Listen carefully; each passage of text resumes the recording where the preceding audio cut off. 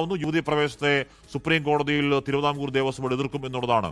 നിർണായകമായിട്ടുള്ള Devaswom board യോഗമാണ് ഇന്ന് ദേവസ്വം ആസ്ഥാനത്ത് ചേർന്നത്. മാത്രമല്ല ഈ വിഷയവുമായി ബന്ധപ്പെട്ട നിയമസഭാ തെരഞ്ഞെടുപ്പ് സാഹചര്യം അടക്കമുള്ള കാര്യങ്ങളിൽ സർക്കാരിന്റെ നയം അതല്ലെങ്കിൽ ദേവസ്വം ബോർഡിന്റെ നയം അത് വലിയ ചർച്ചയാകുമെന്നുള്ള കാര്യം ഉറപ്പായിരുന്നു. ആ സാഹചര്യത്തിലാണ് ഇന്നത്തെ ദേവസ്വം ബോർഡ് യോഗത്തിൽ ശബരിമല ആചാരം സംരക്ഷിക്കണമെന്നുള്ള കാര്യം കോടതിയെ അറിയിക്കണം എന്നുള്ള നിലപാട് എടുത്തത്. യുവതീ പ്രവേശനത്തെ എതിർക്കാൻ ഇപ്പോൾ ദേവസ്വം ബോർഡ് യോഗത്തിൽ തീരുമാനമെടുത്തിട്ടുണ്ട്. ഇക്കാര്യത്തിൽ നിയമവിദഗ്ധരുമായിട്ടടക്കം കഴിഞ്ഞ ദിവസങ്ങളിൽ കൂടിയാലോചനകളൊക്കെ നടന്നിരുന്നു. പ്രത്യേകിച്ച് സർക്കാരിന്റെ നയം ഇക്കാര്യത്തിൽ വളരെ പ്രധാനപ്പെട്ടതാണ്.